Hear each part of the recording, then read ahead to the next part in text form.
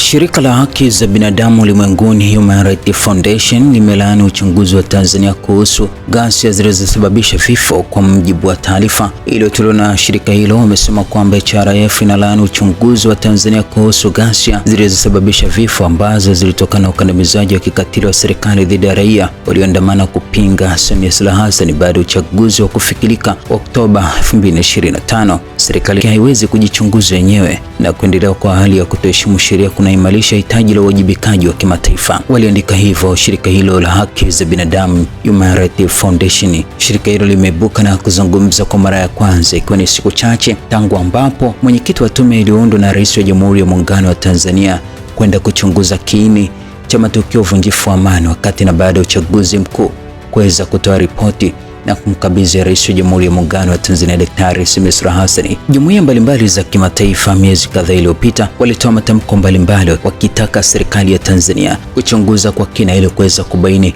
nini chanzo hasa kilichosababisha. Kwa mujibu wa kikosi kazi cha haki za binadamu cha Umoja wa Mataifa, walitoa taarifa wakilaani hatua ambazo zilitokea katika taifa la Tanzania, huku wakisema kwamba wataalamu wa haki za binadamu wa Umoja wa Mataifa walilaani ukiukaji mkubwa na wa kimfumo wa haki za binadamu ulioripotiwa nchini Tanzania kufuatia uchaguzi mkuu wa tarehe 29 Oktoba 2025, ikiwa ni pamoja na madai ya mauaji, kutoweka kwa lazima na kukamatwa bila sababu waandamanaji, viongozi wa upinzani na jamii ya kiraia kote nchini. Serikali lazima itoe taarifa kuhusu hatima na mahali walipo watu waliotoweka na kuhakikisha utambulisho na kurudisha kwa heshima kwa mabaki yao kwa familia zao. Wataalamu walisema vikwazo vyote vya kuripotiwa kwa vyombo vya habari lazima viondolewe, kwani havipatani na majukumu ya kimataifa.